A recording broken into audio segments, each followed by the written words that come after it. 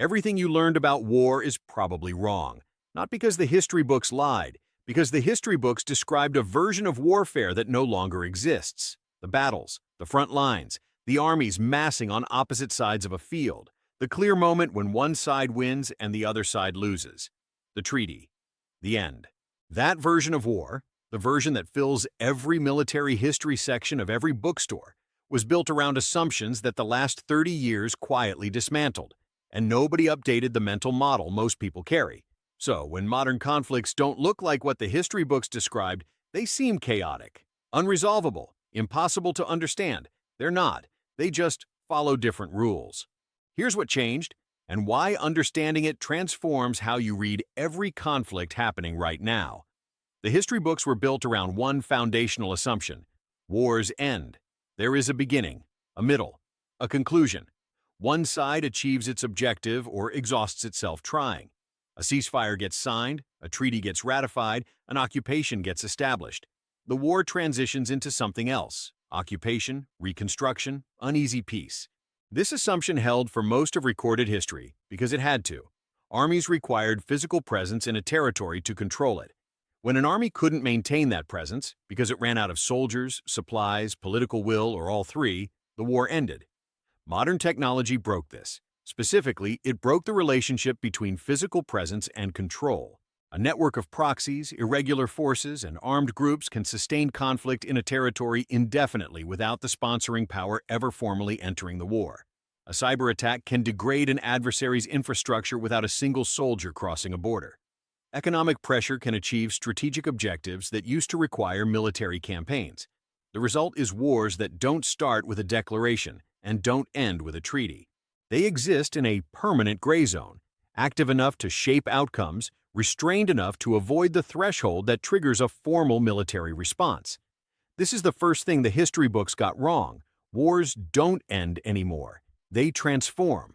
The conflict between Iran and Israel has been running for decades without either side declaring war. Assassinations of scientists, cyber attacks on nuclear facilities, proxy forces in Lebanon, Syria, Yemen, Iraq. Each action calibrated precisely to stay below the threshold that triggers a conventional military response. By any historical definition, this is a war. By the modern definition, it is a managed competition that neither side is prepared to formally conclude. The history books have no category for it. Stay with me, because the second broken assumption is the one that makes these situations so difficult to follow in real time. The history books assumed that winning and losing were visible. A flag planted on a hill, a capital city occupied, a navy sunk. The outcome of a battle was observable. The trajectory of a war could be tracked by watching which side controlled which territory. This made war legible. You could follow it, understand it, know who was ahead. Modern conflicts are deliberately illegible. The most significant military competition of the current era, between the United States and China, between Russia and the West, between regional powers and their neighbors, is happening in domains where control isn't visible and outcomes aren't measurable in territory. Who controls the undersea cables that carry global internet traffic? Who has embedded access to the power grid of an adversary? Which country's investment in another country's infrastructure has created dependencies that function as leverage without anyone firing a weapon? These are military questions. The answers are classified, contested, and never announced at a press conference. In 2007, a cyber attack destroyed centrifuges in an Iranian nuclear facility. No bombs, no aircraft, no soldiers. The attack was not acknowledged for years. The country that conducted it never officially claimed responsibility. A military operation happened, nobody watched it, nobody announced it. The outcome, delayed Iranian nuclear capability, was achieved without a single visible act of war. The history books described war as something you could watch. Modern war is designed to be unwatchable, and this invisibility isn't accidental. It is a deliberate design choice. When a military operation is visible, when it produces images, casualties, and identifiable perpetrators, it generates political costs, international pressure, domestic opposition, diplomatic responses. When a military operation is invisible, when it happens in code, in financial systems, in the information environment, those costs don't accumulate the same way. The most powerful militaries in the world have learned to fight where the cameras can't follow, which means the most significant military actions of the current era are happening in places and ways that never make the evening news. Stay with me, because the third shift is the one that changes how wars are fought at the individual level. The history books assumed that soldiers fought soldiers, armies engaged armies, navies engaged navies. The civilian population was a backdrop, affected by the war, but not a participant in the military contest itself. This was never fully true, but it was true enough that it shaped doctrine, law, and strategy for centuries. Modern conflict erased that distinction, not because militaries stopped caring about it, because the tools of war stopped respecting it. A drone operator sits in a room thousands of miles from the battlefield. He is a soldier. He is also indistinguishable from the outside from a civilian. A cyber attack on a power grid doesn't target soldiers. It targets the infrastructure that a civilian population depends on. The military effect is achieved through civilian harm. An information operation doesn't fire a weapon. It shapes what a civilian population believes about its own government, about the enemy, about whether resistance is worthwhile. The boundary between the military contest and the civilian population has dissolved, not as a side effect of modern war, as the mechanism of it.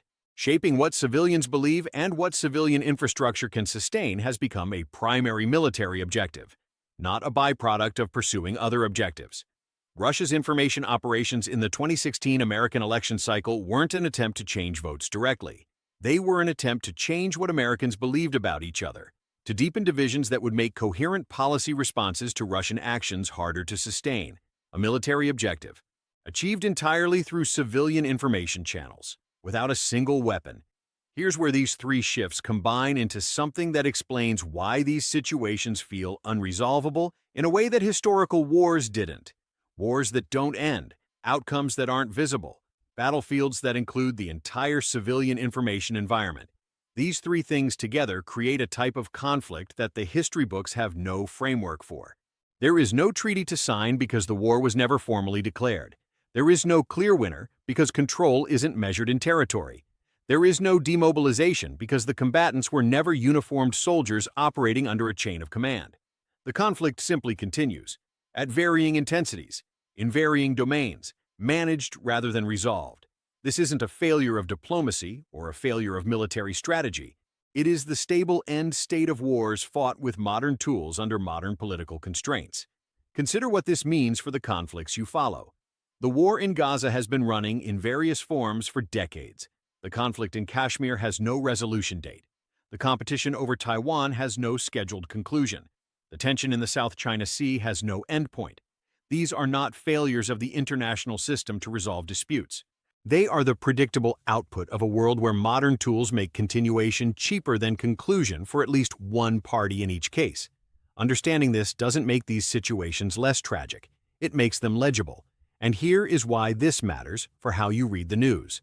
When a conflict drags on past the point where historical precedent says it should have been resolved, when ceasefires get signed and broken, when negotiations produce nothing, when the same disputed territories appear in headlines year after year, the instinct is to ask who is failing, which diplomat, which general, which government made the wrong decision.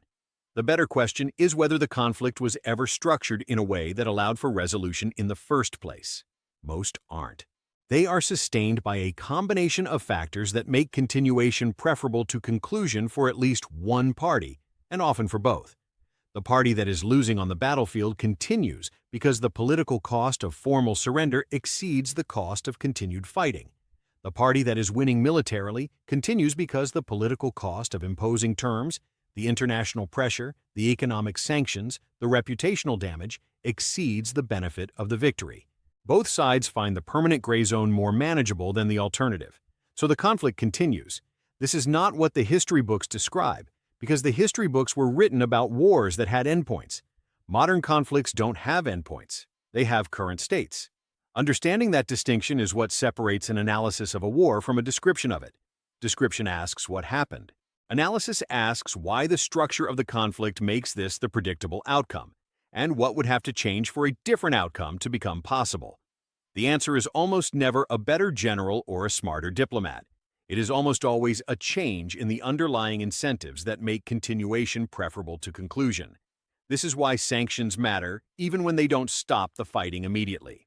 This is why economic interdependence between adversaries changes the cost calculation on both sides. This is why proxy forces and gray zone operations are the preferred tools of major powers. They allow sustained pressure without triggering the escalation that would make continuation too costly to manage. Every tool of modern statecraft is designed to shift the incentive structure without crossing the threshold that forces a formal resolution. Understanding that is understanding modern war.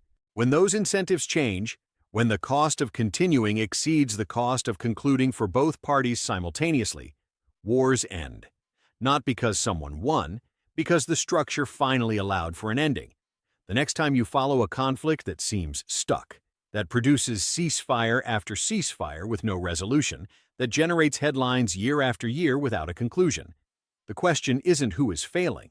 The question is whether the incentive structure makes an ending possible yet. Ask who benefits from continuation. Ask what would have to change for that calculus to shift. Ask whether any external pressure, economic, political, military, is changing the cost calculation for either side. Those questions produce analysis. Everything else produces frustration. That framework isn't in the history books, but it's in every war happening right now. And now you have it.